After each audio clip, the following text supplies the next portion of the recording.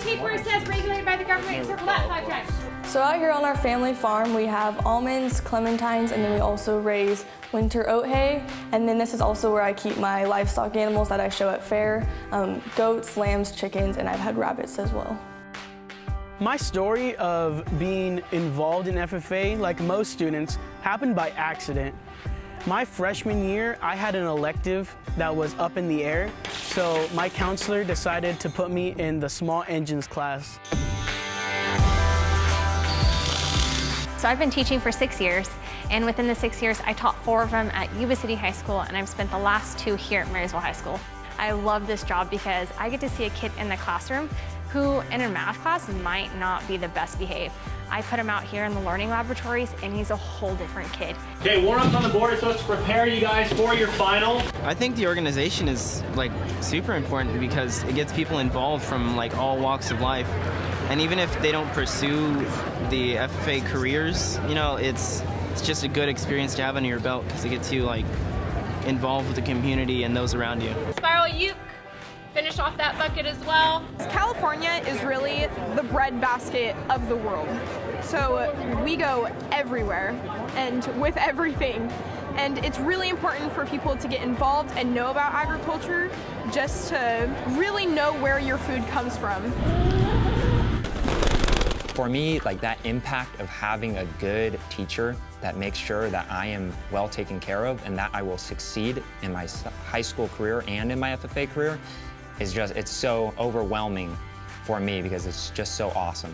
What were some of those things that you wrote down about natural? So look at here, 100-pounder, be by the pound here. Being able to be a part of the FFA, we'll be able to be those future farmers of America, but not everyone understands the importance of what farmers do for us. They sustain the world, let alone just us personally. So if we don't continue to advocate with our younger generations, it'll eventually become where there's not enough food to sustain the world. So I was raised as more of a city girl, and so moving out to the country, it was really fun and exciting, and it was almost like an adventure in a sense because I really did not know anything about farming or even almonds when we first started. When we put on our FFA jackets, it definitely feels like we have a sense of pride because we know this jacket represents something bigger than ourselves. I'm definitely very optimistic about the future of agriculture. Yes, sometimes there's Debbie Downers, but there's also those students in the ag class that give you hope that the future is bright for those individuals who grasp onto the concept that their life is in their hands.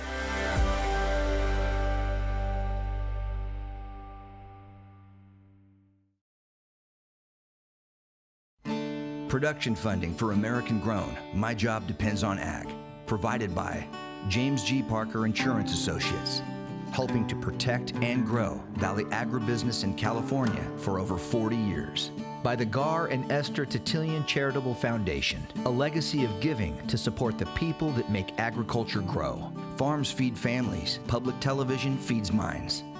By Brent, Professional Agriculture, supporting the heroes that work hard to feed a hungry world every day. By Unwired Broadband, today's internet for rural Central California, keeping Valley agriculture connected since 2003. By Harris Farms, a tradition of working forward to protect the future of water, ranches, and farms in California and beyond. And by Valley Air Conditioning and Repair, family-owned for a half-century, dedicated to supporting Valley agriculture and the families that grow our nation's food.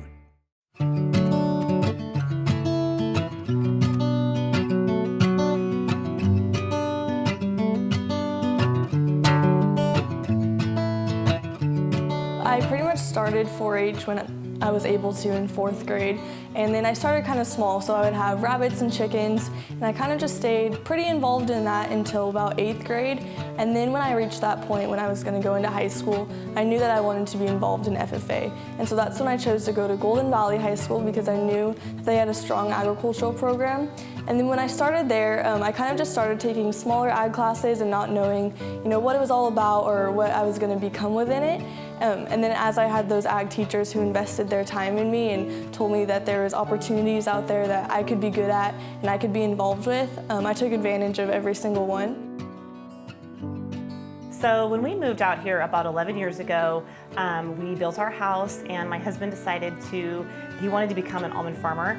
And so he actually put in the first 35 acres of almonds about 11 years ago. And then several years later, he added another 15. And so right now he's harvesting about 50 acres of almonds pretty much on his own. My husband has had such a huge role in forming our children as far as their agriculture experience and their involvement. And I'm just really grateful that he did, and he had that passion to plant the trees and to harvest and to work really hard to make this farm get up and going, because it is a lot of work.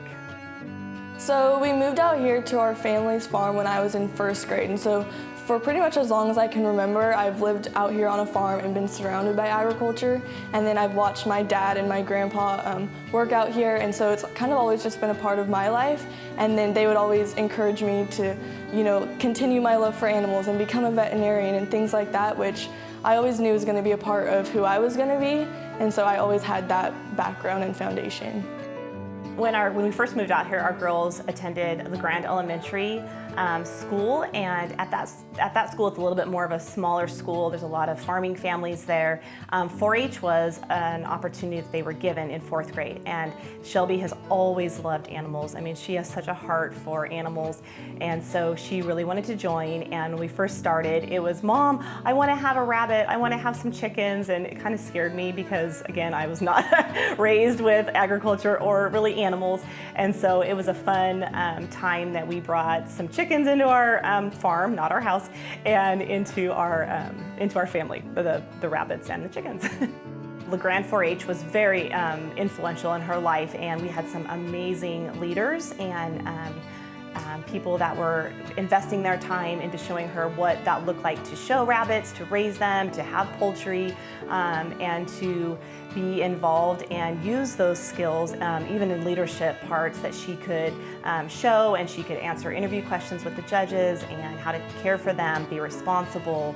And so it was those leaders that we met through LeGrand 4-H that were very influential in her life. So this past October, I got to go to the National FFA Convention in Indianapolis, Indiana, where I was serving California FFA as a voting delegate. And on that trip, we were able to listen to President Donald Trump speak. And with that conference that he came to visit at, he was talking a lot about trade agreements and international importing and exporting. And I think that kind of opened my mind and kind of solidified that I was interested in what that process was like, and I wanted to study that this coming fall as well. What were some of those things that you wrote down about natural? Natural. When you think of natural, what do you think of?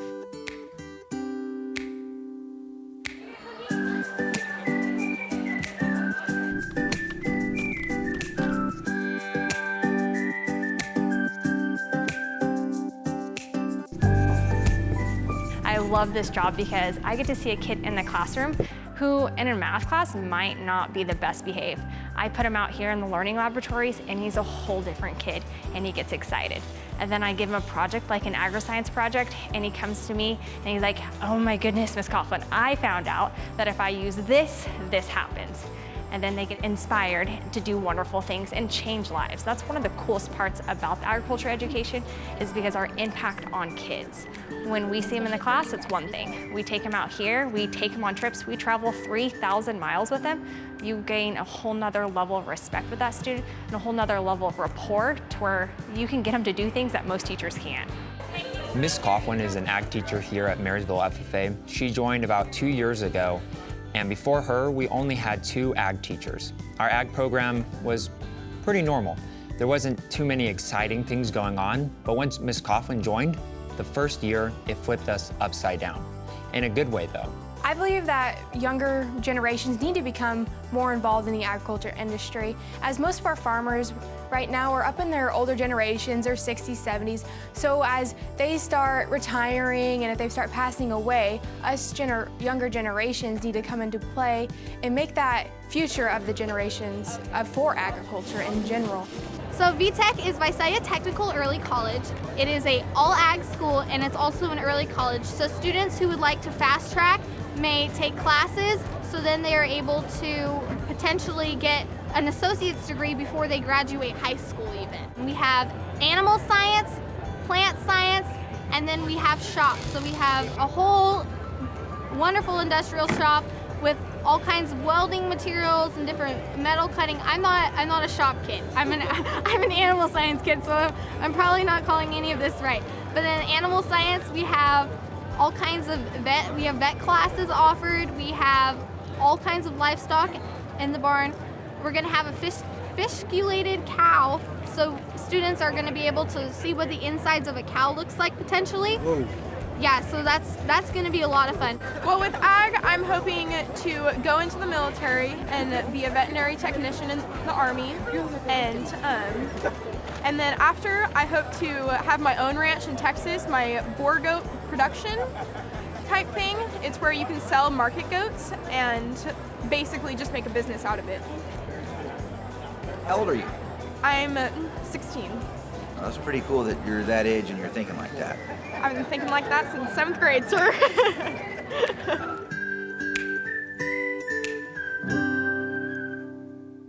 Stem counts. So you get one stem of a mums, either yellow or red. Please only grab one stem, not both, either or. You get yellow or red. I actually got involved in ag ed when I was in high school.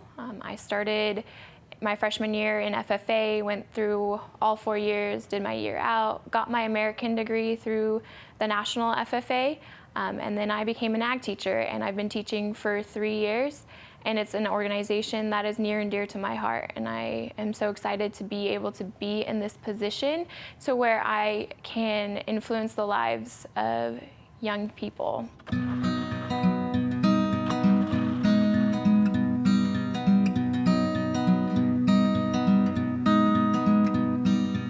I grew up in Merced, in the middle of the city, so I didn't have much agricultural experience as I was growing up, and I didn't even know about FFA until I was in high school and through my friends and everything. And I knew that agriculture was a very big thing in California and in the Central Valley, but it never fazed me very much until I learned about it through FFA and through everyone in the organization. FFA has definitely, I feel, changed in the last 10 years. When I was in high school, it's more media-based now. There's more outreach within FFA, whereas when I was in high school, it was more your chapter's kind of just your chapter. There was no real social media. There was Facebook, but Instagram was just taking off. Twitter kind of was backing down at that point in time, and so they definitely have more of a media presence, and ag ed is definitely taken off from that. Definitely CATA, which is the California Agriculture Teachers Association, has grown tremendously. We have over 1,000 teachers in the state, and back when I was in high school, there was chapters that we have now that were definitely not in existence. I feel that FFA is important because it opens so many doors for so many kids that realistically wouldn't have the opportunity to do the things they do unless FFA was there to give them that opportunity. I would never have found out that I'm handy with a wrench if FFA didn't exist. Since I've been involved, I've been in floral for 2 years, and I've been in ag leadership for 2 years, which have taught me a lot, and they've helped me develop what I want to be in the future and where I want to go to college and all of this. And it's just helped me develop different skills that I need, such as time management through ag leadership and floral, and just public speaking abilities through leadership. So being in the classroom with students who don't come from a farm or come from an agricultural-based family, it's definitely worrisome to see that disconnect. Kids don't understand that food is created in the ground and then shipped to the grocery store. They don't understand that it takes all these different avenues within agriculture to create those dishes. All those different agriculture avenues, they don't understand that it comes from a source. They think that, oh, I'm at a grocery store, so I'm gonna pick up my food and that's where it comes from. They don't understand the background knowledge of it. And that's what we try to do in the ag department, is we try to make them understand that their food doesn't come from a store. It comes from the ground and then into processing hands and then to the store where they buy it.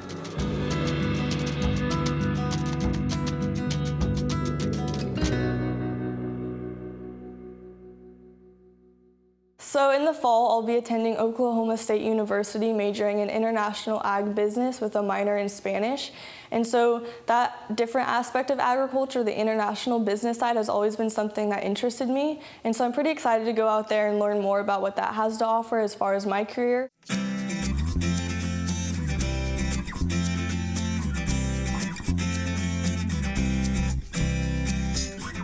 So Shane and I are super proud of Shelby and just how far she's come and the opportunity that she's been given. I mean, the Golden Valley played such an instrumental role in her life, and her ag advisors, and specifically Cody Jacobson, has just helped her blossom into this amazing young woman who can speak and can compete and can just thrive anywhere she is, but especially in that FFA community.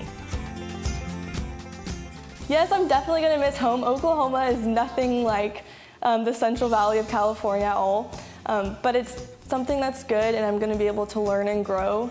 And I just know in my heart that that's where I'm supposed to be, and having that major and that minor out there is going to take me places that I might not be able to reach if I was going to stay around here.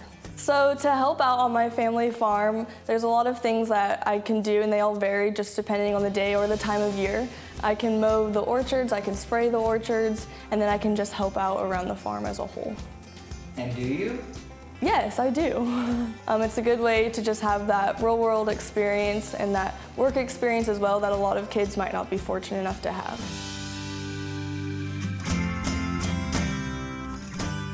Politics and agriculture, that it could be a class within itself here at the high school level because of the way it's changing, ever changing. We're constantly getting new bills, we're constantly getting new policies, we're constantly handling things because we have a growing population. By 2050, we're gonna have 10 billion people on this planet. And so us as agriculturalists have to figure out how to feed those people. And of course, our government has to figure out how they're gonna regulate so that way we can conserve and have production agriculture for the rest of our time here on Earth. We talk about the Farm Bill. We talk about how that applies here in California and how it works in the United States and what that Farm Bill goes for. We also talk about common issues right here in Yuba County. And then we go from there and we can talk about our state issues. So we're constantly bringing those things up. With that, we can have a class that's completely based off of agriculture politics, but it just kind of dabbles into our curriculum so students are aware of the policies. So that way, if they want to be production agriculturists, they kind of understand some of the rules and regulations. And so when we talk about organic agriculture, we talk about the current regulations, but probably when they become organic agriculture, they're gonna have to update themselves. But as long as they know the resources and where to go and understand like EPA, their purpose, USDA, their purpose, it makes them better educated to be production agriculturists and to be consumers, because it's pretty wonderful to have your students walk into a grocery store and understand this product that says it's USDA organic means it actually is because of all the policies and everything that it went through to become organic.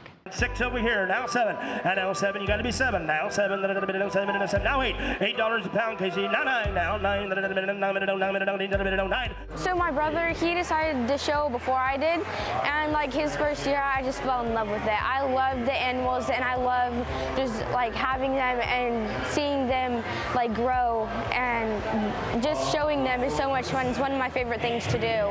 Every night we'll practice showmanship, which is setting them up, so bracing him, walking him, and at the end we do sprints with them so he gets his muscle built up. Oh, I love it so much. I love working with animals and just they're goofy, and I love it when they're tame and they just love you so much because it's really rewarding. So many kids don't get that opportunity to show animals or do anything that involves animals, and I'm just really privileged to be able to.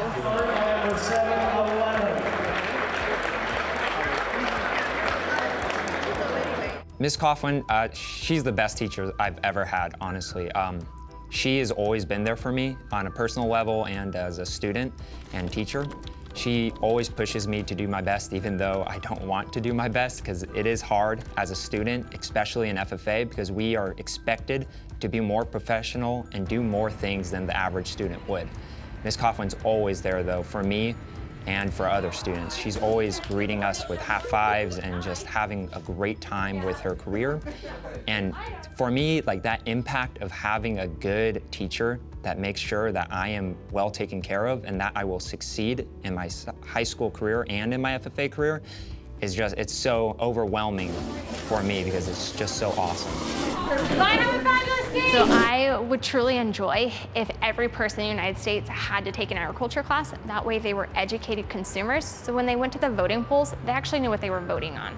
So a lot of people believe that all natural means it's something special or it's somehow tied to organic. That's not the case. Now, all natural, there are some benefits, there are some things that producers can do, but most of anything, it is tied directly to conventional agriculture. And so it would be wonderful to teach those people. A lot of the time, you do a Google search or search it up like our kids say, and they search it up and they see these definitions from Wikipedia or all these different things that have been put on there by anti-agriculturists about how terrible production agriculture is and how terrible conventional agriculture is. And that just makes them play into the marketing scheme and allows them to really freak out and panic that what they're buying at the grocery store isn't healthy for their family. One of the benefits about people becoming more aware, kind of that foodie movement, is people care about their food.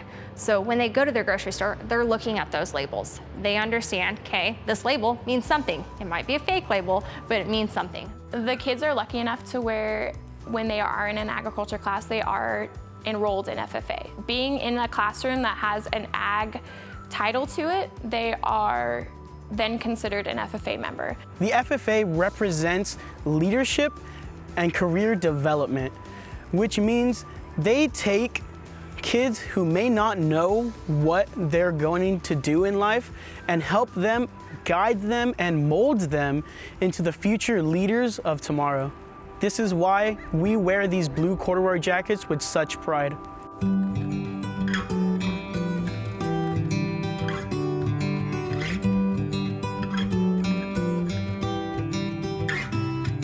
Oh love, I'm excited for you now. It's what you've always wanted, anyhow.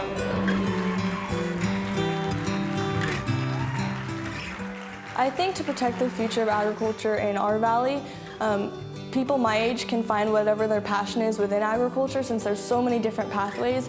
Find the thing that you love and find the thing that you're good at, and then learn everything that you can about it, and then educate the public. And when the public is getting educated about agriculture, their eyes can open as well as yours, and it's just a really good way to complete that circle and make sure that the future of agriculture stays protected and will continue to thrive, especially here in California. I'm lucky to work with the most important commodity, and that's our students, our future. And so it's wonderful that I get to sit into a classroom and help shape the future of agriculture. I can tell you that I would love to see the future of agriculture with everybody understanding where their food comes from, the purpose and the practices it took to make that food. And I think we're starting to get there. We're starting to see people understand, and they want to learn more about agriculture. They want to do farm tours. They want to go and meet and shake the hand of the farmer. And I think one of the greatest things that we're doing is we're teaching those people. We're teaching them that it's okay to do that. Conflict of what I want, what is right for you. They say true love is letting go. So this is what I give as your new life unfolds. Ag education is definitely a basis for all students to strive better in their lives, to create an opportunity for themselves to go above and beyond what their wildest dreams are. It creates their passion, it gives them the sense of belonging, and it allows them to do something that they normally wouldn't do. When I started, I didn't think I'd be an ag teacher. I didn't think that I would be this passionate about something, and being able to go through an ag ed program to be an FFA, it's given me that avenue, and that's what we do for students, is we create a passion in them and we create a love for something.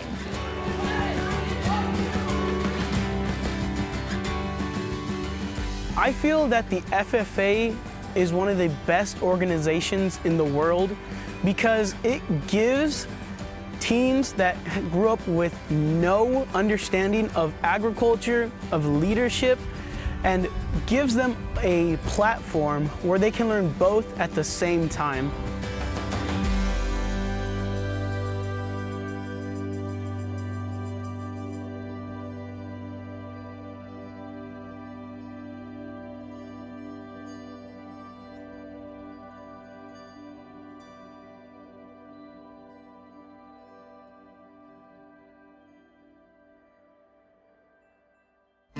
Production funding for American Grown, My Job Depends on Ag, provided by James G. Parker Insurance Associates, helping to protect and grow Valley agribusiness in California for over 40 years.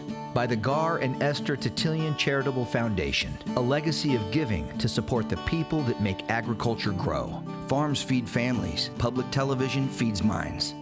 By Brent, Professional Agriculture, supporting the heroes that work hard to feed a hungry world every day. By Unwired Broadband, today's internet for rural Central California, keeping Valley agriculture connected since 2003. By Harris Farms, a tradition of working forward to protect the future of water, ranches, and farms in California and beyond. And by Valley Air Conditioning and Repair, family-owned for a half-century, dedicated to supporting Valley agriculture and the families that grow our nation's food.